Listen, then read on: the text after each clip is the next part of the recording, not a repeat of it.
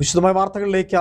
നിയമസഭാ തെരഞ്ഞെടുപ്പിനുള്ള CPM സ്ഥാനാർത്ഥികളുടെ കാര്യത്തിൽ ഇന്ന് അന്തിമ ധാരണയാകും. ജില്ലകളിൽ നിന്നുള്ള സ്ഥാനാർത്ഥി പട്ടിക CPIM സംസ്ഥാന സെക്രട്ടേറിയറ്റ് ഇന്ന് പരിശോധിക്കും. അതേസമയം MM മണിക്ക് പകരം KK ജയചന്ദ്രനെ മത്സരിപ്പിക്കുമെന്ന വാർത്തകളോട് പ്രതികരിക്കുവാൻ ജില്ലാ നേതൃത്വവും തയ്യാറായിട്ടില്ല.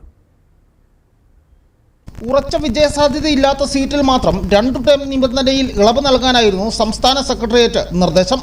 എന്നാൽ ചില ഉറച്ച സീറ്റുകളും ടേം നിബന്ധന ഒഴിവാക്കണമെന്ന് ജില്ലകളിൽ നിന്ന് ആവശ്യമുണ്ട്.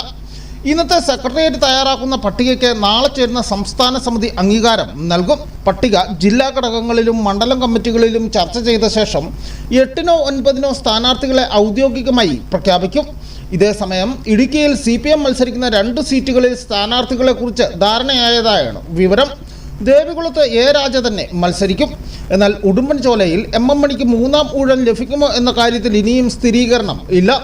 മണിക്ക് പകരം CPM സംസ്ഥാന സെക്രട്ടേറിയറ്റ് അംഗം KK ജയചന്ദ്രനെ മത്സരിപ്പിക്കുവാൻ നീക്കം നടക്കുന്നതായുള്ള വാർത്തകളും കഴിഞ്ഞ ദിവസം പുറത്ത് വന്നിരുന്നു. News bureau, Udumbanchola.